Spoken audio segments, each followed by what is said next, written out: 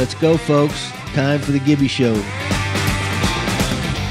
How you doing, baseball fans, and welcome to another edition of the Gibby Show, presented by Miller Lite, the official beer of Major League Baseball and the Gibby Show.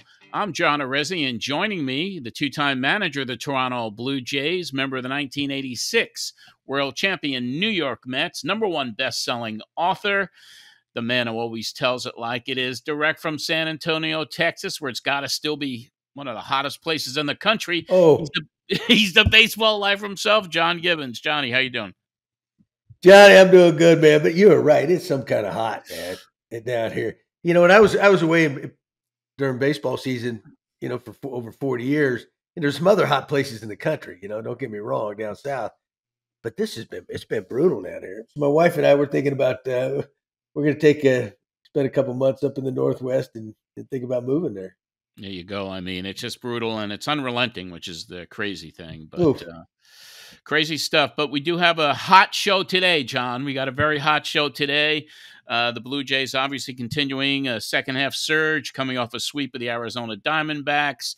We will discuss the Jays' recent success and today's Gabbing with Gibby, John, in honor of the Hall of Fame week. And it's brought to you by Tim Hortons. A true legend will join us, one of the greatest pitchers in Major League Baseball history. Mr. Jim Palmer will be with us on today's show, and we'll have another roast and toast inspired by our friends at Miller Lite. But, John, it is Hall of Fame week, and we got Palmer coming on, but some big news and inductions for the Hall of Fame ceremony this week.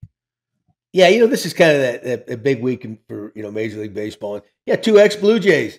Freddie McGriff, the crime dog, and Scotty Rowland, who played for me briefly the year I got fired. It's funny, I tell Scotty he got me fired all the time, right?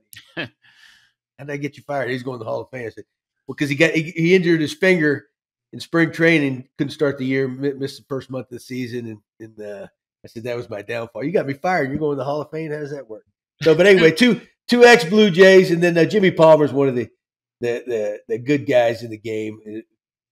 Incredible career, not only on the field, but in the broadcasting booth, and great storyteller.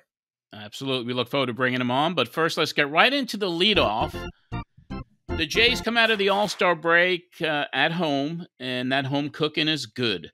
They finished a sweep of the Arizona Diamondbacks. They have won 8 of their last 9 games. They're really only 6 games out of the AL East #1 slot, and only 5 games behind Baltimore. So they're entrenched right now with a small lead there in the wild card spot. Everyone was been waiting on a run to take place and winning 8 of their last 9. Can this be the run we've all been waiting for this season? Yeah, Johnny, I think so. They're playing really good. You know, and I think the key game, you know, was that Sunday before the All-Star break started. When Danny Jansen hit that home run with 2 outs in the 9th, right? You know, they were down. They was pretty. It was kind of, you know, they've been shut down. And the day before there was that combined no hitter against them. And then Danny hits that big home run. They go on to win that game. And then, of course, you know, they play at home. And one of the better teams in baseball, record-wise, National League, Arizona comes to town. But hey, there's nothing like being in the American League, man. They don't like them. And National League teams don't like that American League, man. That's just the way it is. But they're playing really good right now. They're in a great position. You know, but it doesn't get easier these next few days. But that's Major League Baseball. Nothing. No, it's not. You are listening to the Gibby Show, presented by Miller Lite. And John, being as hot as it is down there, I'm sure you've been enjoying some Miller Lites as I have been up here in the hot state of Tennessee. And also another reason to pop one open, like it's always a good time, but Hall of Fame weekend this weekend as well. So I'm sure we'll be partaking. Oh, yeah. Hey, Johnny, it's tough keeping that stuff on ice, man. It's so hot down here that ice doesn't melt, but we find a way. Yes, you do. You can bet on that. Absolutely. Corner booths, sticky floors, weekdays that feel like weekends. You never forget the way some things taste. Miller Lite, great taste, 90 calories. Tastes like Miller time. Well, the good fortune of the Jays continued without both Kevin Gausman and closer Jordan Romano. Of course, Gausman, left side tightness, day-to-day on him. Romano had a little bit of a tweak in his back, day-to-day on him. But what I'm what's going on right now with the Jays is the starting pitching. I mean, you got 5 starters, and now with Ryu on his way back, it looks like he'll be back in a couple of weeks from all indications. So that gives you 6. And a report came out actually last night, and it's been circulating from Chicago-based MLB analyst Bruce Levine, citing MLB sources that Toronto seems to have strong interest in bringing back right-hander Marcus Stroman. So with all this going on, with or without Stroman being considered to be brought back to the Jays, but with Ryu coming back, there's a glut in their starting 6. So what do you think they do? Is there a trade in the works? Kikuchi, could it possibly go back to or put him in the bullpen? So what's your take on what's going on with the enviable problem of having 6 starters by the end of the month, maybe 7? Yeah. I guess you always say it's a good problem to have, right? And their starting rotation has done a really good job this year, and they weathered the storm with Alec, Manoah, and Ryu's like he's close. Now I think 6 is too many. I guess they could piggyback guys and split games or however they do, but these guys get on routines. But if you stretch them out too long between starts, they lose that feel a little bit. Now there comes this time of year though where they're begging for an extra day here or there. But it's funny to say, but it's kind of a little bit of a dilemma, a good dilemma, I guess you could say. I don't know whether they would trade any of those guys, and I don't even know if you put any of them in the bullpen because they're making a lot of money to be putting them in the bullpen. That's just kind of the way the game works. Stroman would surprise me. He's a good pitcher. He could help him, but I don't think he left on great terms there when he left. So that kind of shocks me. But there's a lot of things that are thrown out there in the baseball world. There's no backing behind any of this. It's kind of like you just it's kind of society now. You just fire anything out there, it might catch fire. But there may not be any truth to it at all. But there may be. Who knows? Yeah, we'll have to wait and see on what happens there. But the Jays with their starting staff and everyone's connecting right now. It's going to be a lot of fun to watch what happens the remainder. Hey, their bullpen's been really good. They have, with Romano being a little bit banged up with his back. Those 3 games against Arizona too, they weren't like blowouts where they had some breathing room. Really, they were tough games where the bullpen had to pitch really, really good, and they did. So the whole pitching staff, Pete Walker and the boys, and Schneid's doing a great job piecing it all together. With the help of Mattingly over there. Things are going well right now. It's coming together for sure. Well, that'll wrap up the leadoff, and now it's time for Gabbing with Gibby, brought to you by Tim Hortons. Well, Tim's camp day is coming, July the 19th, when you do buy that hot or iced coffee on camp day. 100% of the proceeds will help send many youngsters to a multi-year life-changing experience. It's a big day. Only on July 19th, buy a Tim's coffee and help change youth's lives. Gibby, this is a big initiative for Tim's. Yeah, they're huge in the communities. And it's a great opportunity for kids that need some help and get out there and buy you a cup of coffee. And even if you don't need the jolt, get you a cup of decaf. There you go. Just help support it. It's a wonderful cause. It helps the important things in life, right? We talk about baseball, it's the entertainment field, but there's a lot of people out there that need some help in real life. This is for that. And this initiative is life-changing for some of these youngsters. So go out and support it and go to Tim's, get that hot cup of coffee, or as Gibby says, even a decaf, and it all goes, 100% of the proceeds go to the camps. Today on Gabbing with Gibby, brought to you by Tim Hortons, we bring on one of the greatest pitchers of all time. 3-time Cy Young winner, 3-time World Series champion, 6-time All-Star starting 4 of those games, pitched a no-hitter in 1969. He's a first ballot Hall of Famer. That was in 1990. His number 22 is retired by the team he spent his entire career with, including his current role as a color commentator. It's such an honor to welcome Baltimore Orioles lifer Jim Palmer to Gabbing with Gibby. Well, good morning. Hey, God, you were good, man. When I hear all that. Good. I played on here. Let's get this straight. I did my due diligence, kind of like when you were managing. You do everything you can, but we all know it's kind of who you play with. And when I got to the Orioles when I was 19, I roomed with Robbins, who now he had 270 wins, and I didn't have any. I was 19, he was 38. And he mentored me, and that kind of was my role for the next, 19 years that I played with the Orioles. I learned early on that I think Robin knew that I would probably eventually take his job because I kind of pitched out of the bullpen when I was 19, the first year I got to the big leagues. But he was kind enough. I used to put him to sleep. We'd watch Johnny Carson, and and then he finally about 1 o'clock when I had run out of questions, and he never ran out of answers because he was one of the great guys ever.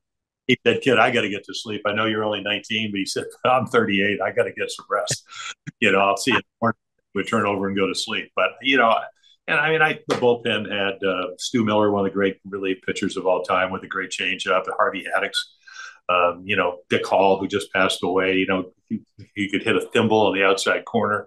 Eddie Fisher, knuckleball guys. We had Charlie Lau, who went on to be one of the great hitting instructors.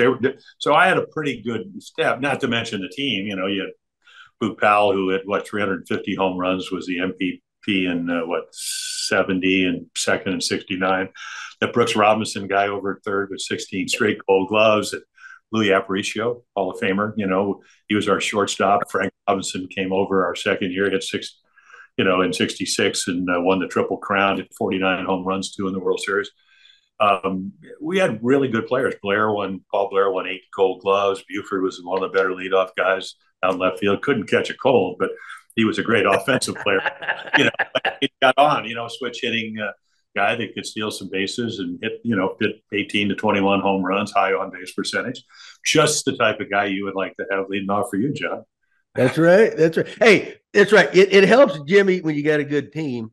But you as an individual, you win it with pitching. Look at Steve Carlton. What did he win? 20-something games for that Phillies team that won 50? Well, he won 27 out of the 54 or whatever it was. Yeah. So if you were on a bad team, that would have probably been you. But yeah, to win it all, which you were fortunate enough to do, you got to have surrounding players, but you got to have workhorses on the mound.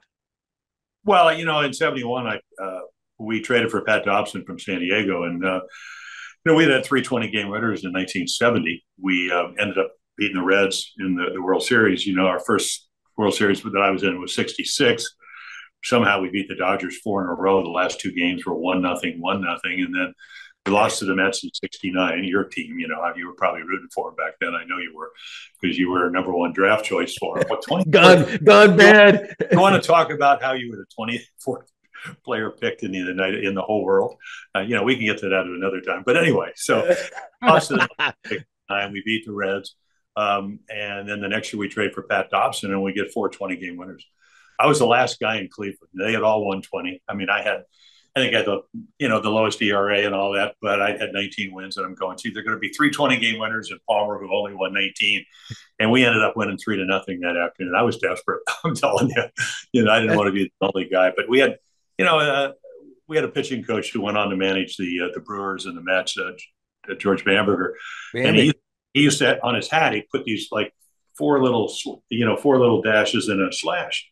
We said, "George, what is that?" He said, "Well, I have a complete game clause. If you guys pitch 50 complete games, I get a $5,000 raise." Well, we pitched 70 or 72. Damn. And he didn't have a raise. He was making it up. He just wanted us to pitch complete games because, we used to have 9 and 10 man staffs, back then. So we had a bevy of position players. Davey May, who, led the International League in RBIs, Kurt Moden, who led the International League in batting average. We had Terry Crowley with 30 home runs, one of the great hitters. Merv Rettenman, went on to be a great batting instructor. So we had a lot of guys. Chico Simone, another guy that couldn't catch a cold, but he could hit. So we had a bunch of guys that that really could play, and we had great pitching. And Earl Weaver would tell us, "Hey, there's nobody better out there in the bullpen, so don't be looking into the dugout or out in the bullpen because I'm not coming to get you." It's kind of what. God, who was a guy? He managed the Blue Jays. He came out of the Dodgers organization, and he was Don Sutton's first pitching coach or his manager down in God, I'm trying to not Bobby Cox, but he handed him the baseball, started poking him in the chest. He says, "Don't look into the dugout. Don't be looking in the bullpen." And he keeps poking. "I'll let you know when you're tired." And so wasn't like Bobby Maddock or one of those guys, or Jimmy Williams. Close to that, you know. Okay. But anyway, he said, "I didn't know if I was going to be able to pitch because my chest hurt." When he kept poking. Hey, Jimmy, the game is so different now, and it is. You know, I got to say, I've been wanting to ask you this anyway, but you know, you look at the game kind of changed it. You know, a couple of years ago, where everybody started throwing those, going back to the 4-seam fastball, trying to ride it up in the zone, the breaking ball thing. That was your forte, am I? Yeah, right? I mean, funny. You remember Jim Spencer, first baseman? Yeah, he's from Baltimore. I mean, you know, had a really good career. So he hits like 285, 286 back-to-back years for the Rangers, and he's 0 for 32 off me. I see him on Monday. He says, "I'm not swinging at that high fastball." Tuesday, I'd be shagging. He goes, "I'm laying off that high fastball." I on Wednesday, and first high fastball, he pop it up or swing through it or whatever. So I kept having 0 for 32. I kept him from hitting 302 straight years. So I'm going for my 20th win in late August down in Texas, and Jim McKean blows up. Mike Hargrove's out by about a foot first base. He calls him safe. Now I'm into the 12th inning trying to win my 20th game. Damn. And Spencer was a low fastball hitter, you know, curveball down and in, anything, left-hand hitter, anything down. So I throw him fastball up and away, and he hits a little flare into left field for a base hit. And I look over and I go, do you want the ball? I said, you know, you could have been doing that the last 2 years.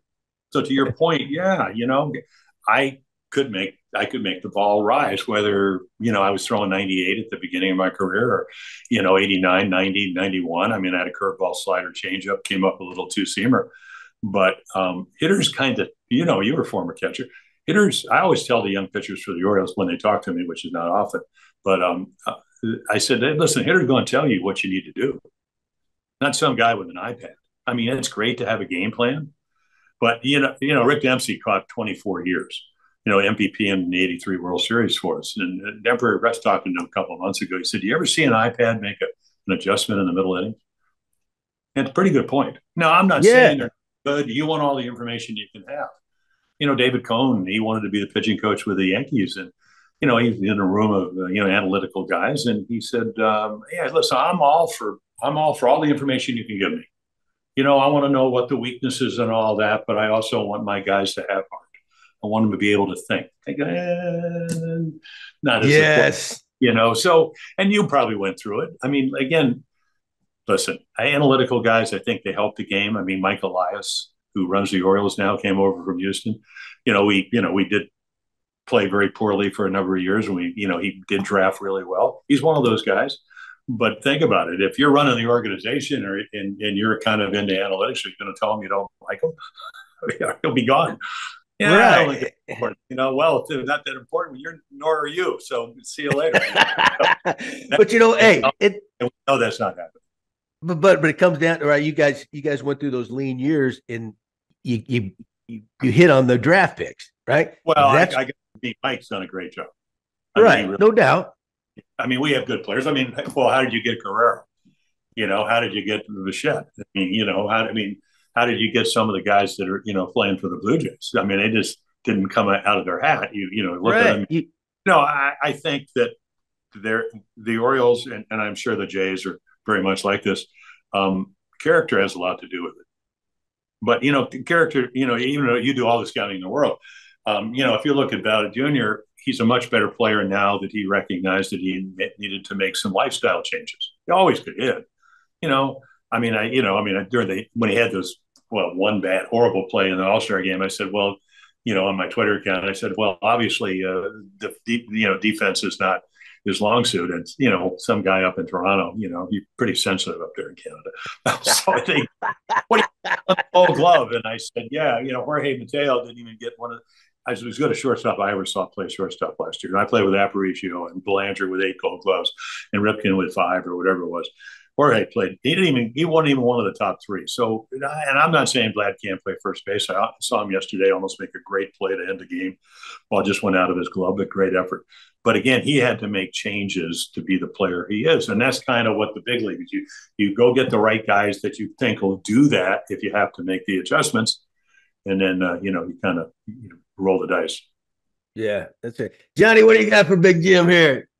Oh, man, there was so much I'd love to talk to Jim about, but I really want to start because you mentioned Earl Weaver earlier. And Gibby has a little bit of a similarity where he was ejected so many times and was a very fiery manager in the dugout. Well, hold on. Hey, Weaver was a showman. I was just an angry guy. That's all. You were just angry, and Weaver, that was kind of a showman. I mean, like he was predetermined. But I'd love to hear some of your best Weaver stories from back in the day. Well, first of all, he won.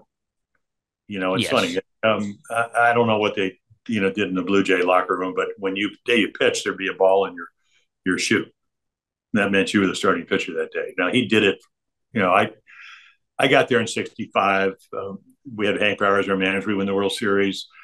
I hurt my shoulder. I don't really know at 22 if I'm ever going to pitch again, but I come back in '69, and Earl had taken over at the All-Star break in '68. So what did he do? He took John Buford, our second baseman, and made him a left fielder. Same guy that made Cal a shortstop because he wanted Cal's bat. Cal Ripken Jr. came up as the third baseman. Earl used to, when the DH came into place in '73, he would start the game with Royal Stillman, our right fielder, listed as shortstop leading off. So in other words, he started the game with a pinch hit, and they changed the rules. You had to take, now if a guy has to assume a defensive position if he hits in the first inning. But they changed the rule because Earl was smart. He was annoying. He never shook your hand. I used to listen to what he said the 3 days we pitched every fourth day back then there. So I'd listen to what he was saying when I wasn't on the mound, and then when I could look over and he'd have his foot on the top, that kind of tapping his foot like he's going to come get you, and you're saying, "Come on out here because I'm going to tell you you're short." I asked him once, Sports Illustrated or Sporting. He said, "What was that picture? You guys were really having a great time." I said, "Yeah, it was Oakland." We were sitting in the dugout, and I said, "What's it feel like to be short?" Because I wrote a book together. We were 11'9". 11'9", and it was during the strike in '94. I was 6'3", he was 5'6". So together we were 11'9". It's a pretty funny book because it's Earl Weaver stories. But we had great players. He knew how to use them. He started doing the 3x5 Weaver cards, which were kind of analytics before. I mean, they weren't in depth like the ones now with spin rate and all that. But he looked at the radar gun, didn't care if your velocity went down if you could make pitches, but if you couldn't, see you later. He'd come out, we're going to bring in Tippy Martinez, who was a great left-handed pitcher to face Nettles. And he said, "Well, I'm taking him out because he's 2 for 23. And I said, "Well, actually, he's 2 for 2. He beat us with a single when Tippy was not tired over second base because he looked for that curveball and hit it the other way. And he beat us in the upper deck in New York in the 11th inning because you weren't watching, but his curveball was like a meandering stream because he had pitched base. So I said, "So which numbers do you want to go?" I have no problem because it's, I have a 4-1 lead with 2 outs in the 9th inning. So you can take me out, but you don't be giving me these false numbers because of those little. So we had that kind of relationship. But, he got in the Hall of Fame. I got in the Hall of Fame. And if you think about it, and John, you went through this. Every time you made out a lineup, I mean, and Earl made out his lineups. He didn't have the front office telling him who to play. He trusted the people he put in that lineup. And he went from 69 to maybe 80. He managed through 82 with only 1-year deals. And this is a guy that's winning 95 to 109 games a year. So there was pressure. So when you got to play for him, and you could call him every name in the book, and if you thought you were going to be the right guy to help win, the next day you were back in the lineup because I saw guy. So he was Earl Weaver, and yeah, but he would lose control. Like when he went out with Bill Haller, brother Tom played for the Tigers, and so he thought Bill was prejudiced and all that, and he says, "Where are you going to be when I get in the Hall of Fame. It's on tape. Channel 9 from Washington was filming it. He goes, "What for?" I can't tell you the language. Messing up the 1979 World Series, and then he threw him out. So, and I mean, I saw him do stuff I never saw on Broadway. I don't know. I mean, I was reading your bio because it's been a while since we saw each other, and I knew you. You know, my question to you, of course, is you had really 2 years where you played in the big leagues. 1 year you hit 064, and the next year you hit 474. Yeah, that was the World Championship '86 Mets. I led the team. Can you kind of explain to all your listeners how that happened? Well, maybe we got to get on your old teammate Davey Johnson for not playing me more. I might have hit 500. I've been like that Riz kid down there in Miami. Oh, you know, I saw the Orioles just played him. That kid's like Carew. He got the magic wand. It's kind of like there used to be a lot of good hitters like that, you know, not a lot, but you know, a lot of hitters that's type of hitter. Now they're so rare in the game. It's like, God, this guy really jumps out at you. You mean the guys that hit the ball where it's pitched? Yeah. Carrero, Carrero, we've handled him pretty well. In fact, if the Blue Jays are going to play better, they're going to have to start beating some teams in the East. You know, I know they won 8 out of 9. They were won 8-0 and all that kind of stuff. But they're 7-20 against the American League East now, and it's not like last year. We played them pretty well. I mean, they won 92 games. The Orioles went from 52 to 83 wins. But this year, the Jays are like 1-5 against the Orioles. A lot of close games, but 0-7 against the Red Sox. Yeah, well, last year they were like 16-2 against the Red Sox or something. Well, they played 19 times, so we'll throw in another. Give them another win. What's another win? To my point, you don't get every game you play against your divisional team is more important because you play them less times. You know, I mean, obviously you're going to beat them 16. You want to go 16-3 out of 19 games. You've had a good year, but now you better. You know, so when the Jays play the Orioles, the Jays play the Red Sox because they probably would have 6 left. Same with the Yankees and all that. That's the way to make up ground. That and keep playing. Hey, though, Jimmy, nowadays with the wild card, all you got to do is get in. I mean, they're too good not to get. You know, that's the bottom line, right? Yeah, you'd like to win it all, no doubt. You know, win your division, but I mean, it's not like when you were playing, man. If you could. A lot of the teams were out of it by now. Right. We won 100. We won 100 games and didn't. We went home. Is that right? And 80. Yankees won 103. Dang. You know, but that's the way it was back then. So. Yeah, it's good. The wild card's great for the game. There's no doubt. But it's like all the way through the season. Yeah, but I think whoever wins that AL Central is actually going to win their division. That's kind of pathetic. Maybe they'll change that. Yeah, that's embarrassing to the game, isn't it? Both Central divisions are terrible. Actually, they are. Well, Cincinnati's playing pretty well. Yeah, but I'm telling you, and they're on the upswing. But I'm just saying, you know, maybe there is something to those small markets in the Midwest or the middle of the country or something. You know, they need more money to have better teams. I don't know. Well, hey, the Orioles, their payroll is $60 million. We're out in San Francisco. Excuse me. So we win 2 out of 3.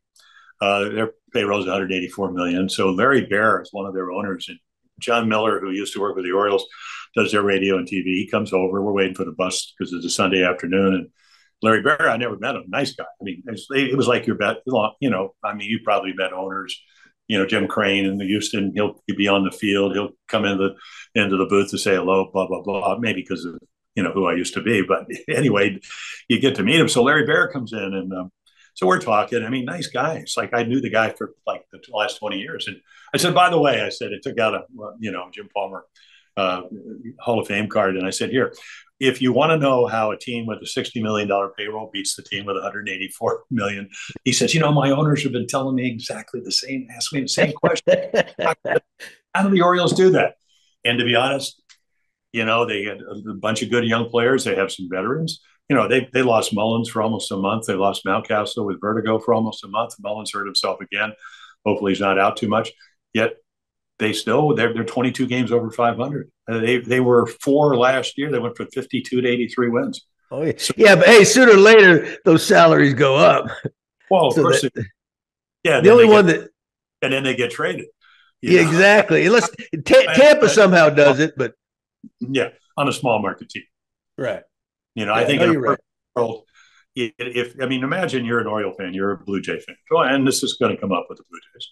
So you invest yourself in watching the Jays or the Orioles, and you see Bo Bichette, who's having a heck of a year, hitting over 300 with 15 home runs, a lot of RBIs. It's well with runners in scoring positions. Glad, home run champion, blah blah blah. Made himself into a Gold Glove first baseman. How, I don't know, but he won it. So he can't, they're not going to go to his house and take it away. So, what he's improved and whatever. But in a perfect world, wouldn't you get to see him play for the majority of his career? Isn't that what you'd like to see if you were the commissioner of it?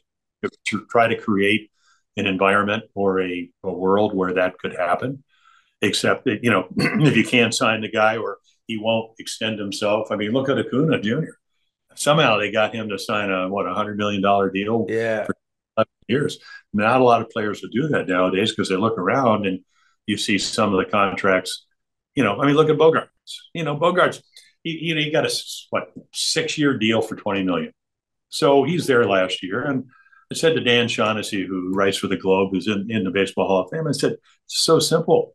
You gave Story $27 million. I said, give him, take his next 3 years, bump him to 30, give him another 3-year deal. You'll have him. Nobody else will.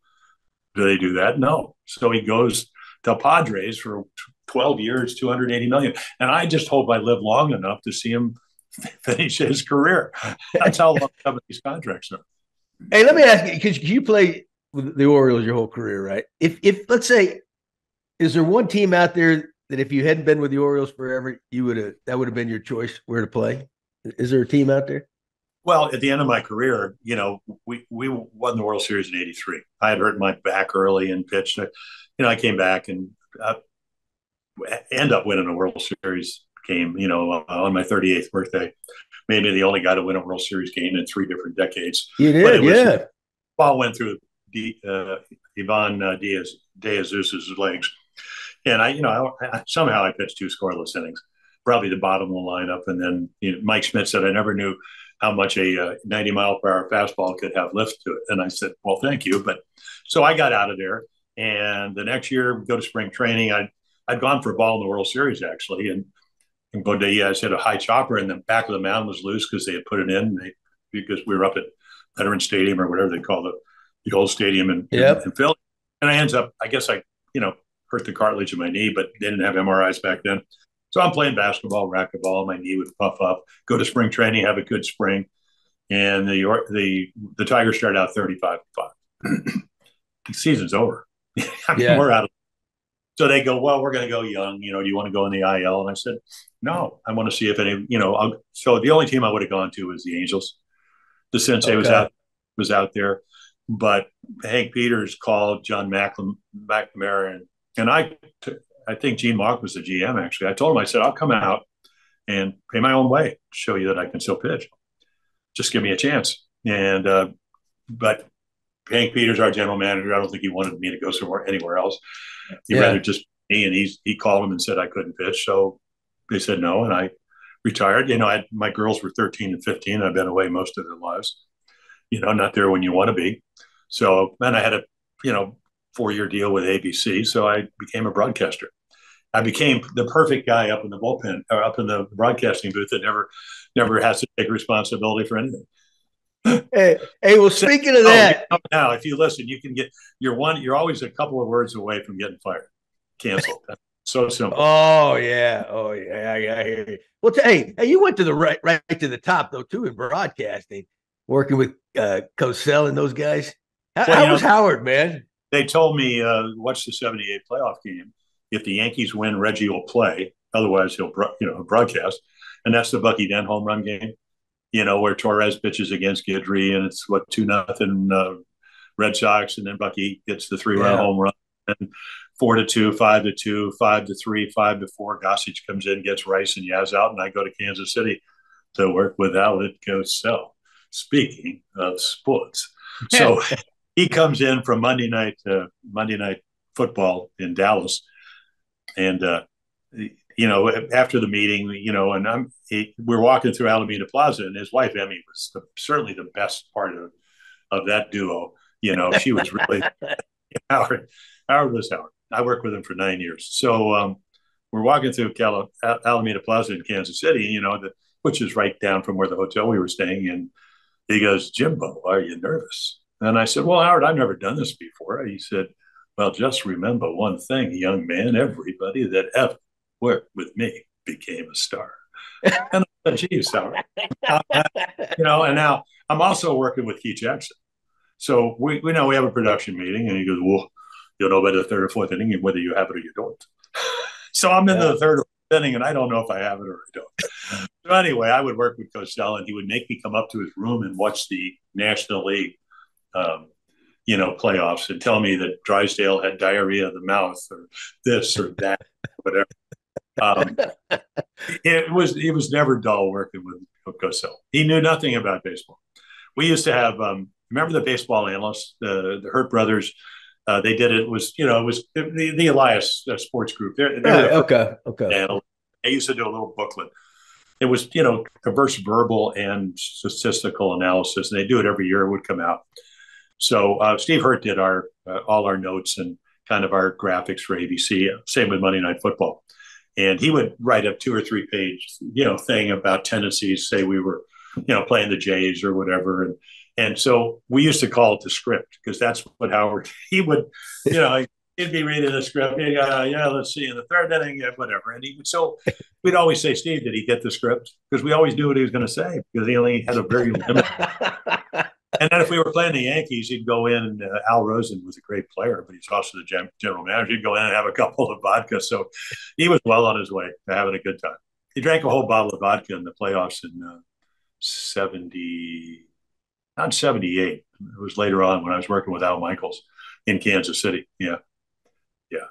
That's man. Almost the whole bottle.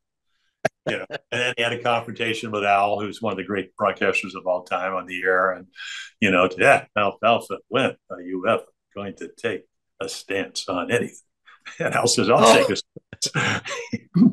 And then we went to commercial, and I'm going, "God, is this really happening?" But he was, the last thing, he wrote the book, I never ever played the game. In other words, he never played the game of being anybody but himself. What a bunch of crap that was. But anyway, I used to, what did he say? I used to subjugate myself for the good of the broadcast. And that was like on page 179, and Al's throwing up on that page. Well, we had to work with him. And, so we go to his last game is, for 1 year, ABC got to do probably 86, we got to do Sunday baseball, but it wasn't exclusive like Monday Night Baseball. Because when we did Monday Night Baseball, there were no other games on. That was part of the contract. So we're Sunday, and everybody else's local broadcast. So our ratings are abysmal. And he tears the button on his ABC blazer, and I get a phone call about 9 o'clock. "Jimbo, can you come up and sew the button on my blazer?" So my last goodwill gesture for Howard Cosell was sewing a button on his blazer in Minnesota, doing Kansas City, Minnesota, a Sunday afternoon game with a .5 rating. That was it. Tim's camp date is on July 19th. Buy a coffee, and 100% of the proceeds will help change youth's lives. You won't believe what our camp day, we become who I wanna be. Camp day, it ain't child's play. You look at the teams you played with, the legendary players, and then you go in the broadcast booth, the legends you worked with. I tell you what, there's nobody out there who's had a better career in her life in the sports world. Not many. I bet. I mean, I did a Little League World Series. I did it with Kurt Gowdy. I did it with Brent Musburger. I did it with Al Troutwick. I did it with Gary Thorne. I mean, Gary Thorny. was 15 years till the Orioles let him go. And during the pandemic, Mr. Hockey, every time we go into this would go, "When are you going to come back and do hockey?" Gary, I mean, we could, I did 14 straight losing years for the Orioles. Now, Gary, I did it with Michael Regai, who worked our games and did the Cavaliers, who was a great NBA announcer. So, I've got a chance to work with, a lot of, guys, whether it was Al Michaels or, or Keith or Howard or whatever. But, when they asked me to do it, I said, okay, I'm going to be playing golf, watching it on my couch, or do I want to actually, I didn't know that it was going to be a profession. I started doing it in 1978, and here I am at age 77, still doing it. So if I could still, who am I doing this podcast with? If I could still remember where I am or who I think I'm all right. And that's, but I sat with a guy that did learning seminars, and probably about 9 years ago, and I said, so if I stop broadcasting, how long for my brain to turn into a melody? He said, I give you about a year and a half. That's all I had to do. I can't believe you're like not the next Tony Robbins or something. But no, I went to his. A friend of mine, my agent, actually is on his fire team, because they make you walk across at 2:00. Yeah. And we're down to Miami, and 2:00 in the morning, I want to go to sleep.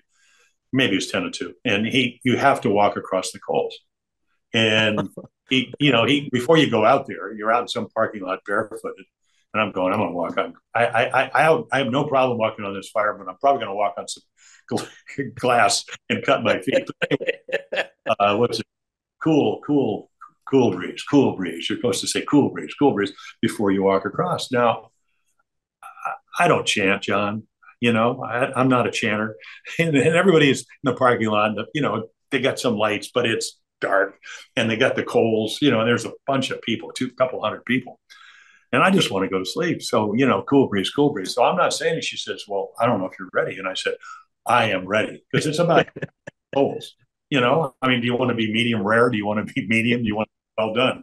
I am going to haul ass across this thing. So I walk across it, and they got a hose thing. And, so the next day they have the morning session, and I go up to have lunch with my friend who's on the fire team. And, I come down early, and I see these guys with their shoes off. Blistered up.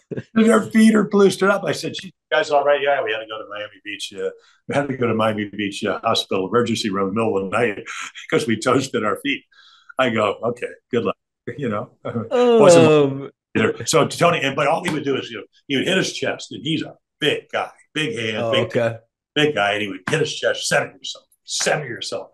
If I did that to my chest as often as he did that weekend, I would have had to go to the emergency room.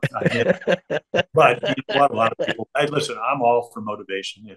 If somebody can get you off the couch, or when I tried to make that comeback when I was 45, everybody's going, "Oh, he's having a midlife crisis." And I go, "How would you know? You never done what I did, or you never, or I had a chance to do." So people should take chances. I don't mean ones that aren't calculated, but hey. Like live. You said earlier, pitching, when I tried to make the comeback, in 1990, I guess 91, was already in the Hall of Fame. Nobody had ever come back and pitched. So that was a challenge, certainly. Hadn't pitched in 7 years. So getting the calluses back was the hardest thing. And then I hurt my hamstring. So, I pitched a couple innings with a torn hamstring and actually did okay, considering I couldn't push off the rubber. But you know what? It was a great experience, because I kind of got back. And I think the one thing you never want to forget, baseball on TV looks pretty easy, because the games, as do a lot of sports. And the guy's dunking the ball. Does it show all the work you had to do to be able to get a foot over the rim, or whatever. So the baseball slows, TV slows down baseball. And then once you go play or sit in the dugout or even in the first row at a ball, the game's pretty fast. I got all these, everybody says the game speeds up. Does the game speed up for managers? Oh yeah. For especially for us ones that are ADHD, definitely. What, ADHD? ADHD. Oh, that. Yeah. Oh, that's why you got thrown out so much. Oh yeah. Or maybe I wasn't prepared, so I better get out of here before this game gets in the late innings, so I don't have to hang around. Well, yeah, he had a manager. Everybody would say, "Oh no, he's going to have to manage again." Yeah. Hey, who was it, Buddy Bill, when he was managing those years at Kansas City? Didn't he say, "For once, I want to manage a team that I don't have to coach much, or I don't have to, one of those deals. I don't have to instruct." You mean a push button manager? I don't know. Yeah. Even though, when I hurt my shoulder, I worked out with the Dodgers. And Walter Alston, great manager, managed for the Dodgers for 28 years. I mean, forever. Yeah. And Red Phillips did all the stuff. I never saw Walter. I was there 10 days. He would, I guess they do the work ahead of time and everybody else. And then Walter would come out at, 7:20, and the Dodgers, with Drysdale and Koufax and Sutton and Osteen and Tommy Davis and Maury Wells and Wes Parker go do the thing, I mean, yeah. Yeah. Hey, I heard the same thing about Billy Martin. You might not see him till game time. Well, that I don't know. I was up in Minnesota last weekend, and a guy that got in the Hall of Fame last year, which I was so happy, it was Tony Oliva. We used to have a little song, "Don't leave us, so leave us alone." That's what Wally Bunker, who was rookie pitcher of the year with 19 wins. When I got he was a year ahead of me. So I said to Mil Pappas, who won over 200 games, I said, "How do you pitch Oliva?" He said, "Right down the middle." I said, "What?" He said, "Yeah, he hits everything. Just throw it down the middle and hope he hits it at somebody." And, he got in the Hall of Fame. But I was sitting with him the other day, and he said, I managed down in Mexico in Colombia and a lot of places. He said, best manager I ever had was Billy Martin. Lou Piniella told me the best manager. I said, who taught you to manage? And Lou had some success. Beat the A's in 1990 with the Reds. He goes, Billy Martin. He told me a good manager has to see everything, because otherwise things don't get taken care of. Now, I don't know if you agree with that or not. I think I would, because it makes perfect sense to me, but I'm no Billy Martin, so maybe I missed a few things. Yeah. No, at this point, he just thought that he had. He just said you have to see the cutoffs. You have to, and then I think the other part of it is pitching is, when you're, I don't care how good or bad you are, you have to sequence your pitches. So you have to be able to think ahead. I mean, it's not like you just say, well, I'm going to make this pitch and the guy's going to, hit it to my shortstop, or he's going to pop up or whatever. It just doesn't happen that way. What if you break the guy out and he loops one in the right field? Now what? Exactly. You got a lefty. The game has changed. I mean, I think the new rules are fabulous, because games are getting over quicker. I mean, I still like the ghost runner. I know it's not going to. Well, it's Little League. Yeah. You know why we did 16 straight 1-1. The Orioles won. Last time they went wire to wire was 94, with Buck, not 94, 2014, when Buck Showalter, they won 16 straight extra inning games.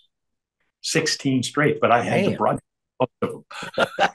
That's the way you like it. Won a 17 inning game in Seattle. They got the first guy on for like 6 straight.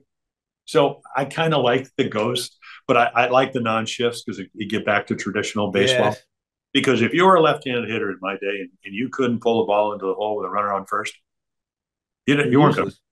Yeah, I mean, it's like having a second place, number 2 hitter when you had a good leadoff guy, and maybe the guy is not Ricky Henderson, so he's not going to steal 130 bases. But you want a right-handed hitter or a left-handed hitter to hit the ball in the right field, get first and third. You don't have to get a base hit with whatever.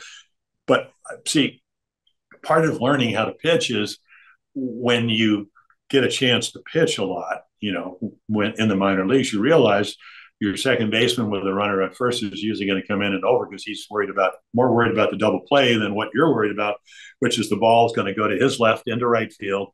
The runners go to third base. It's contrary to what they're doing now, where they're playing the infield in the third and fourth inning, because the analytical people tell you that it cuts off runs until you give up the run single. Exactly, and they're probably bringing them in now up by more than 1 run too. Oh no, it's unbelievable. Yeah. So the game, but I always turn around and look at my second baseman. I said, "Hey, get one. Don't let the ball get."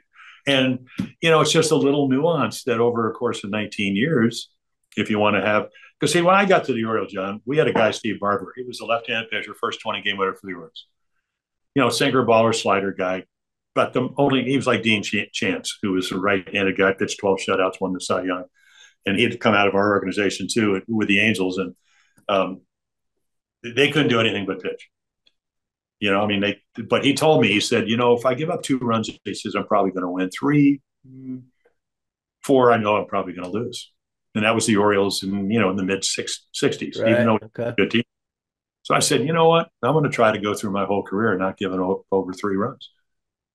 Now, you can do that when you're playing good teams and you have a manager that's going to let you pitch. And, everybody said, you like the DH? I said, I got 7 game-winning hits the last year before the DH. And then we went, now I'm facing, you did?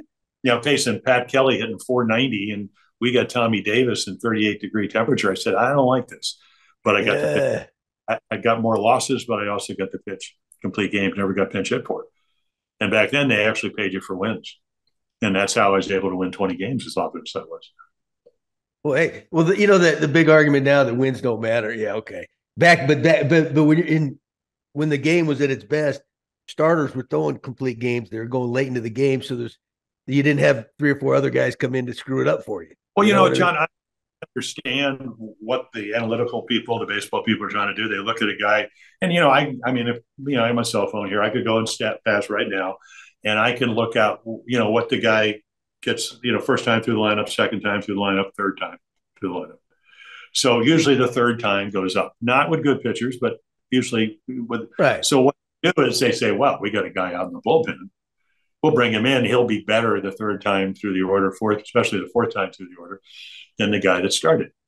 But my question is, if you only get to throw 100 pitches, because that seems, maybe 105, every once in a while, go throw 115, and they're going to go, well, everybody's going to lose their job. They let them throw 115 pitches. Oh my God. Oh God, what are we going to do? Because I threw 169 in the first playoff game, 171 in the next World Series game, and we were down 3-2, and I gave up a run the first and the third, shut them out for the next 7, and we won in the 10th. I probably threw another 170 pitches, and then went to Japan and pitched 6 of the 18 games we pitched over there. So I know you do more, but my question is why can't a pitcher get a guy out more than twice? We got to let him. You're pitching every 5th day. You throw harder, but not that means anything, but apparently they think it does. Why can't you get a guy out 3 times? Something's wrong with the system. Oh, yeah. You mean because maybe you showed everything you had the first time? Because you knew you were only going to pitch, twice through the lineup, maybe 2.5 times through the lineup. The game is a little bit out of kilter. Oh, yeah. Oh, there's no doubt. Yeah, but like you said, even when it is. Our guys, the Orioles, young pitching staff. Now, the biggest concern for the Orioles this year, the innings.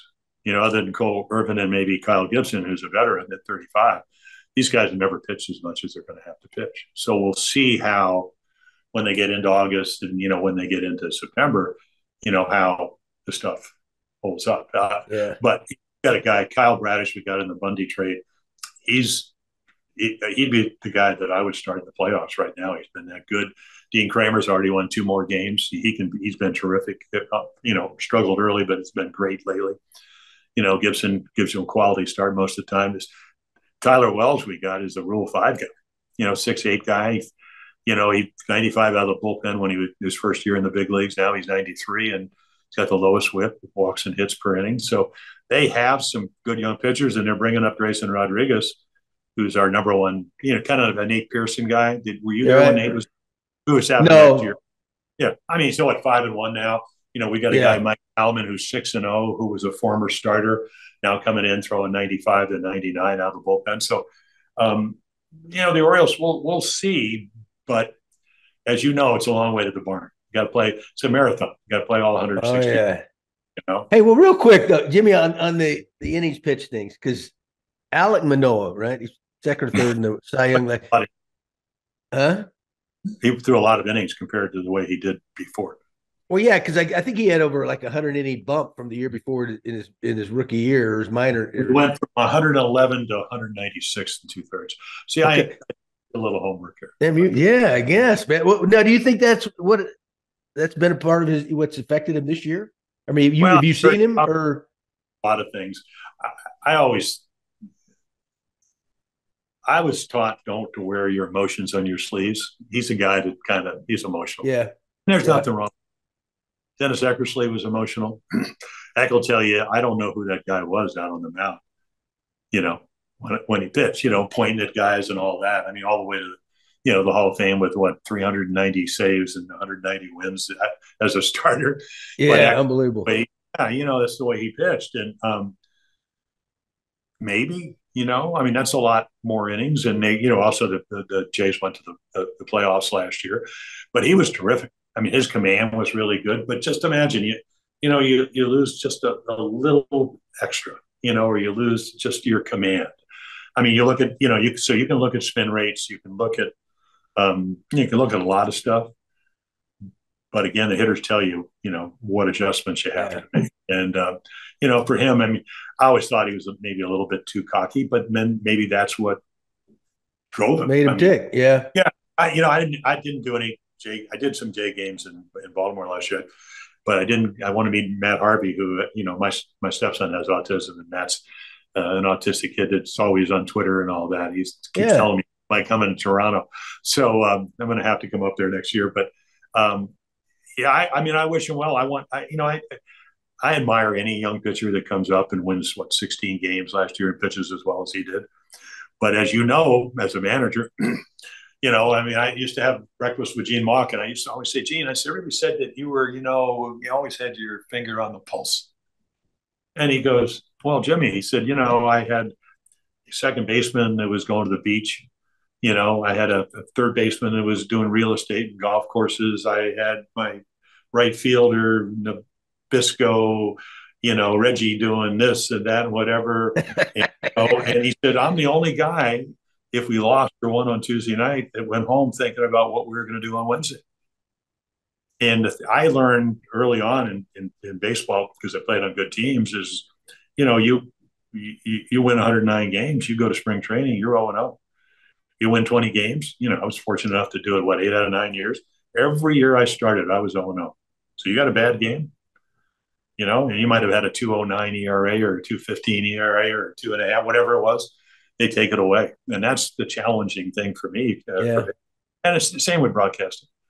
Do you want to show up? I mean, when I worked with Gary Thorne, he said, do you want to get A's? Do you want to get B's? Do you want to get C's? You want to be average? Do you want to be good? So, so whether you're broadcasting or playing or managing, you need to be prepared. And, and I, again, Robin Roberts, when I'm 19, kind of taught me kind of the rules and regulations of Robin was so good, he could pitch a 12-hit shutout. Now you figure out how to do that. Yeah, good point. When you're with a guy that has 270 wins on his way to 286 wins, and he gets 605 major league starts and has 307 complete games. Because we went to the bat dinner once, and I'm walking. They dropped us off about a block from where we had to go. So I'm with Marichal, Gibson, and Robin, and myself. Yeah. And I said, Robin, I never asked you when we roomed together because I was too young at 19. How'd you win 23, 24, 25 games every year? He said, well, I pitch on Sunday and I pitch out of the bullpen on Tuesday. And then I'd start on Thursday. All for $32,000 a year. There you go. What do you like that company, John? Oh, God. Yeah, I tell you what, man, times have changed. But Johnny, you got anything left for Jimmy here before we? Yeah, I got one. I mean, I got to go back. I mean, I'm a lifelong New York Mets fan. I mean, that's how I met Gibby back in the early 80s. And I was fortunate enough to be at the 1969 World Series at Shea Stadium. And, I don't have a lot to boast about when it comes to the history of the New York Mets, but 69 is and 86 are, two of the highlights. The Mets kind of shocked the world. The Orioles were just kind of, they were picked to beat the Mets. It was kind of a miracle. I'd like to just ask you about your memories of 69 and going into that World Series and just any recollection you could give us. And did the O's kind of underestimate the Mets and that miracle power of 69? You mean, how would any team ever underestimate Seaver and Koosman? Gary Gentry pitched the game of his life, game 3. I pitched against him, and, we got beat, I think, 5-0. But to kind of preface the story, we played the Twins in the playoffs. Now, we won 109 games. I don't know. They probably won in the upper 90s. I had a nice team with, Kaliva and Killebrew and Bob Allison and, Jim Cott, Mudcat Grant. We're down 3-2, and Boog Powell hits a home run with 2 outs in the ninth to tie it 3-3. We win in the 12th on a 2-out bunt by Paul Blair with Mark Belanger at third. The next day, 12 innings, 1-0. McNally beats Dave Boswell. Complete games. Kind of tells you what ball was back then. And I get the laugher up in Minnesota. We win 10-2. So we weren't complacent. We knew, we knew how you can play anybody. And the Twins were good. We knew them. We didn't really know the Mets. We beat Seaver in game 1. We hit line drives all over the ball club, but Kuzman doesn't walk people, gets keys out. We lose 2-1, I think, in game 2. I get shut out in game 3. The only home run I ever threw to a leadoff batter in my career, other than Morgan in the All-Star game when I sat around for half an hour, was to Tommy Agee. So they get a 1-0 lead. So Boda makes the great play in right. Agee's making great plays. We lose that game, and then we had the freak plays, the ball in the dugout off of Cleon Jones's. I mean, it was, if you go back and you look at that, like if they play it on ESPN highlights, I just turn it off or walk out of the room. Because, when you play a 5-game series, I'm sure the Yankees or the Dodgers thought the same thing. When we played them in 66, Mo Jabrowski comes in and strikes out 11 Dodgers in game 1. We win, 5-2 or something like that. I pitch against Koufax and Willie Davis drops a couple of balls. We win 6-0. We win 1-0, 1-0. It's 4 games, 5 games, a World Series. It's, if the game speeds up, you think, well, we'll win tomorrow. Well, you don't. And then you're only playing 4, all you have to do is lose 4 games. So to lose to a team like the Mets, they believed that they were going to win. They had Crane Poole, and they had a lot of good players that played well.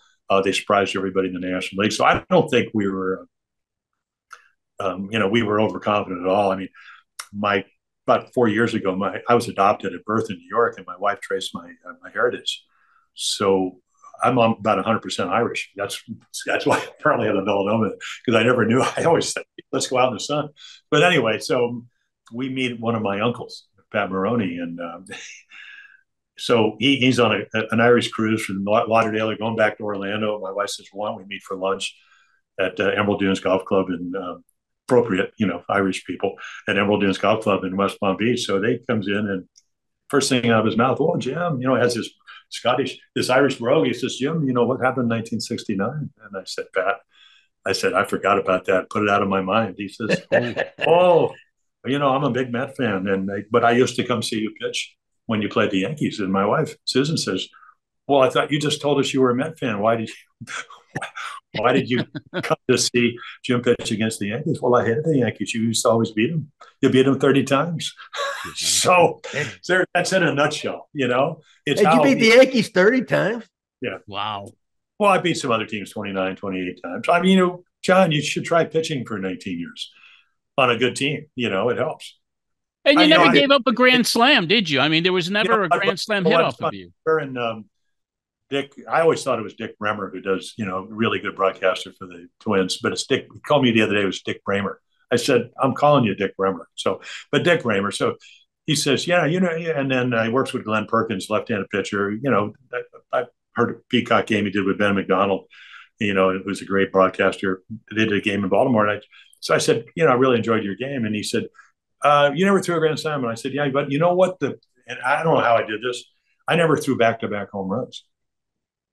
See, I know I walked 13 guys with the bases loaded, which I thought would be a lot. But Seaver walked more. I think Nolan, walked more guys anyway, but struck out more guys. He walked more with the bases loaded. So I walked 13 guys with the bases loaded. Tim Kirchin came out on the field in Baltimore, and I used to eat pancakes. He goes, Cakes, had a list, had like a list here. He goes, put 13 names on. He said, the guys in Bristol said you won't know what these names are. I had no idea what the names were, but again, I'd like to pride myself. I was fairly intelligent. I go, must have been the guys I walked with the bases loaded. He said, I told him you'd know, whatever, which I did, but it was the only logical answer. So I walked 13 guys with the bases loaded, so I never threw a grand slam. Now, my question was, I wonder how many guys I walked after I gave up a home run. because that's a good way never to give up back-to-back home runs. Walk the next guy. And then if after that walk did I give up a home run? You see where I'm going, John? Could you have managed me? I guess is really the question. Hey, you used to tell me a story though, something about that grand slam where like there was something you did so you wouldn't have to pitch to somebody or something, or was it? No, it was. We're playing the Rangers. We haven't scored over 3 runs in a month, and I give a run the first. Doug DeCinces throws the ball down the right field line, and they get 3 runs. Now they got runners at second and third. First base is open. John Lowenstein's coming to play, who played with us. Good hitter. Always hit me pretty well. With Al Oliver on deck. Now, do you remember how Al Oliver, how good a hitter he was? Oh, yeah. So Earl Weaver comes out to the mound, and he says, I want you to walk Lowenstein. He says, I want you to walk Lowenstein to get to Al Oliver. And I said, why would I want to do that? I'm about 3,500 innings into not throwing a So my manager, the little genius who's on his way to Cooperstown, wants me to walk. I'd rather give up a 3-run home run than walk Lowenstein to get to Al Oliver. So he says, I said, why would I want to do that? Oh, yeah, maybe you'll throw a ground ball. I said, I throw line drives and fly balls, Earl. I said, you really want me to walk him? And he said, yeah, I do. And I said, well, here, you pitch. I'm going to go manage. I said, that's walk the and runs off the mound. Now I got Dempsey. I got Rick behind the mound. He said, well, what do you want to do? I said, well, I guess we got to walk him. And then I said, but Bill Stein's on deck. Bill Stein was a line drive hitter, pretty good hitter, but, no power, a gap hitter. I said, we're going to walk Lowenstein. I want you to sit about 3 or 4 inches off the outside corner. And I'm walking Al Oliver because I'd seen him in the World Series. I knew how good a hitter he was. He had ended up with about 2,800 hits. So now so we walk Lowenstein. Now the bases are loaded, and I'm not, normally I took a stretch, with a runner at third, but I don't know who's on. Somebody's slow, so I'm just standing there with my glove up here, and I'm looking in, and Dempsey puts down fastball, and I go, God, he remembered, and then I kind of start, I start to go into my windup, and he moves up and in. Now, John, you caught. If you're thinking low and away and your catcher moves up and in, where's it going? Hey, you just told him too. I know that, but it was about 2 minutes earlier. So, but at least he got the fastball right. So I kind of, I'm just about to start, and then I just step off the mound. And Joe Brinkman calls a balk, the greatest balk of my career. There you go. More. So that's how I kept from doing that. Jimmy, that is beautiful, man. Well, listen, hey, we had a couple guys. We got you on here because it's you're one of my favorite guys I ever met in the game, right? And it's Hall of Fame week. And then a couple guys that played for the Blue Jays, Freddie McGriff and Scotty Rowland played part of 1 year, going in the Hall of Fame this year. But so we wanted to salute you for, Did you have tremendous. Did you have Don Mattingly on? Yes, last week. Oh, did you really? Yeah, because somebody said something that he was going to be on, or I don't know if he had been on. Could he? I mean, there's a guy that should, he's got a higher WAR than Harold Baines, and I love Harold. I started him off with a solo home run to start his career to Cooperstown. But yeah, I mean, Donnie's got to be. I agree, man. Yeah, hey, you can still be a meteor. I mean, it's funny, Koufax is, Sandy dominated. He was the dominant pitcher of the 60s, even though Gibson was pretty good.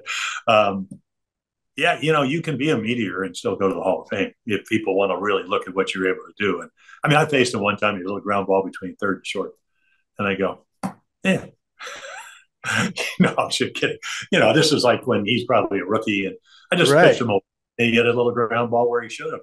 But I saw him hit, we had a guy, Don Ossie, and Don Ossie's thrown about 97, 98 on the old gun, really.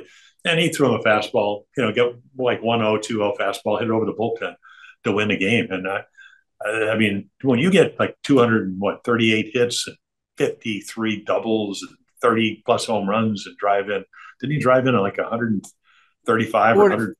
40 something, I think. Yeah, all the Gold Gloves, all the Grand Slams. Yeah, and doing it in Yankee Stadium. You know what? We brought up the other day because had looked over his numbers too. In like 750 plate appearances, he struck out 40 times. Well, he was like DiMaggio, if you look at that. Yeah, he walked 53 times. I think struck out 40 times one year. And yeah, it's now, guys. Now it's no big deal to strike out 40 times in a half a month. It's like that's the norm. The game has changed, as you said. Yes. I mean, you know what? I mean, just think about it. I mean, if you're managing and you know this guy's going to hit 30 home runs, but he's going to strike out 180 times, game kind of stops still for you, doesn't it, a little bit? Yeah. Oh, yeah. Bobby Valentine said about Pete Incaviglia, just not a Rob Deere. Yeah, not enough good things happen. So, I mean, I think maybe, well, it's funny, though. I mean, I still think it's very, at least as a former pitcher, it's very disconcerting for me to even broadcast where you have a different baseball pretty much every year. Why? I mean, yeah. I mean, think about it. You're a general manager in 2019. Guys are hitting warning track fly balls that are going into the seats because the ball's juiced. So the next year, that's the guy gets a nice raise. Next year I'm going to hit more home runs. So his launch angle, it's hitting more pop-ups, but the ball's not going out because the ball's dead. Or it was dead last year. It was live in 21, deader in 22. 23, now it's more live. At least it looks that way, or it sounds that way. Why? Why should the Professor Manford goes into his laboratory and he's like Franken Manford. He goes in and dials up what baseball we're going to have that year. It's crazy. Exactly. Like you said, a general manager's putting his team together and he's expecting this or hoping for this, right? And then it turns around. I don't know how so much manipulation could even take place. It's like happened in 7, the ball was about 18 feet farther. And home runs went up. My ERA went up a little bit. I mean, I didn't throw 40 home runs, 30 home runs, or whatever, but it went up a little bit. And then they went back to normal. But they'd gone from cowhide or horsehide to cowhide because it's more available and whatever. And the factories down in Haiti, eventually Costa Rica and wherever they make them, El Salvador or whatever. They were transitioning, so the balls were like lopsided. It was like throwing a football. So they had to throw them out. And of course they were by Spalding and Rawlings back then. And I wouldn't wear a Spalding glove because they started making them in overseas. And I reached around the batting thing, or the screen out and second base. Spring training, the ball went through the web. First day I got the glove, I go, I don't think I'm going to be using this on the mound. No.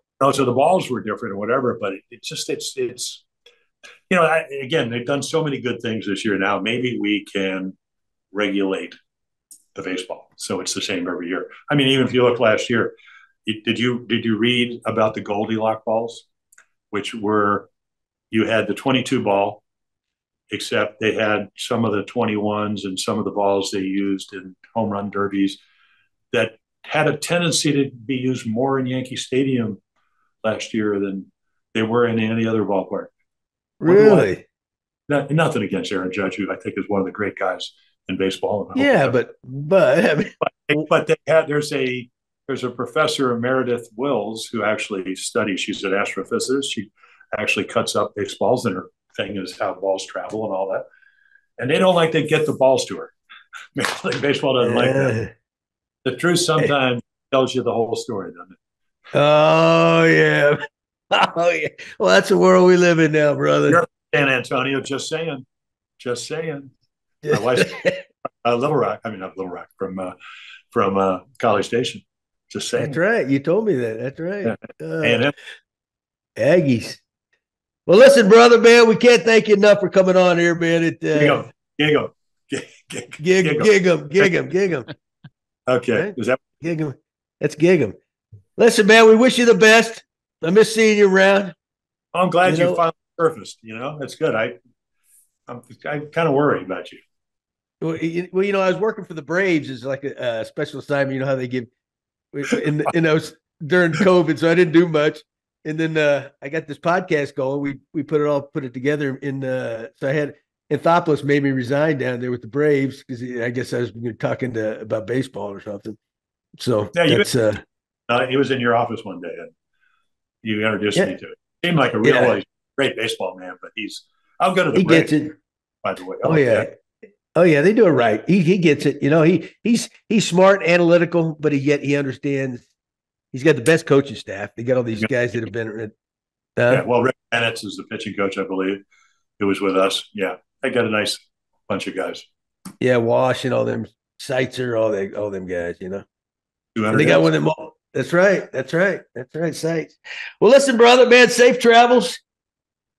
We a couple weeks, but thank you. I'm going to Jimmy, thanks, man. Okay. See you guys. Thank you. All right, pal. Take care. All I can say is, wow, John, another great Gabbing with Gibby. Jim Palmer, what a storyteller. Oh, yeah. He's one of the best. I tell you what, if you can sit down and visit with him, you better have some time on your hand, man, because he can go on and on and on. And just one of the good guys, one of my favorite people I've met in the game. And he spent time with anybody, and he's a legend. He's a legend, not only on the field, but in the broadcast booth. Very few people can compare to his career. 77 years old, has done it all. I mean, beating Sandy Koufax in the World Series in '66. I mean, everything the guy's done. And his recollection was fascinating to me. It was amazing. What a great guest, John. Thank you so much for getting him and bringing him on another Gabbing with Gibby. We really enjoyed that. No, thank him. It was awesome. It really was. But now, inspired by our friends at Miller Lite, it's time for this week's Roast and Toast. John, I know you watched the All-Star game, as I did, and I have to say that I think collectively we agree on who we're roasting this week, and those were the uniforms worn by the Major League Baseball All-Stars. It was horrific to me when I saw these guys being introduced in with the pomp and circumstance, and I thought I was looking at, first of all, I thought they were wearing black jeans, the NL All-Stars, and I was like, they look like Terminex guys or maybe some hired security officers. I was like, this is not baseball. And even the caps were all the same color. Unis were the same color. It was like, what have we come to?